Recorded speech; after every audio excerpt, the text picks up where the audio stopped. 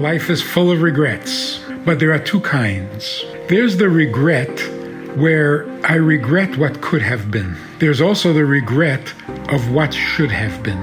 For example, I regret not buying a piece of real estate 30 years ago because now it would be worth a fortune. So I regret what could have been. Had I bought the building then, I would now be wealthy. There's another kind of regret, and that is I regret what should have been. I regret not being nicer to my friend. I regret not giving charity to that poor guy, and I left him suffering. So I regret not doing what I should have done, not only what I could have done. The difference between them is in two things. Number one, is the regret valid?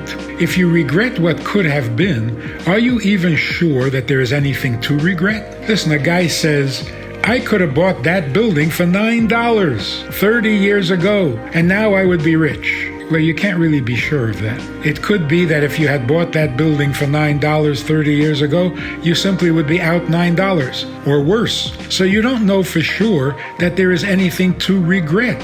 What you did could actually be the best decision. I invested in the wrong stock. I should have invested in the other stock. Well, how do you know the other stock would have made you money? Maybe, possibly, even probably, but there's no guarantee. So the regret may not even be a valid regret. Whereas if you regret what should have been, you know the regret is valid. Yes, you should have been nicer.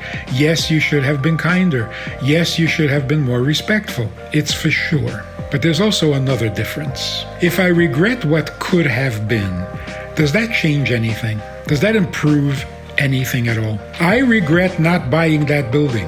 I really deeply regret it. I sorely wish that building was mine. So this wish and this regret makes the building mine? A little bit? A tiny bit? No, not at all. It doesn't change anything. But if I regret it very deeply, with all my heart, sincerely, no, it's not going to change anything.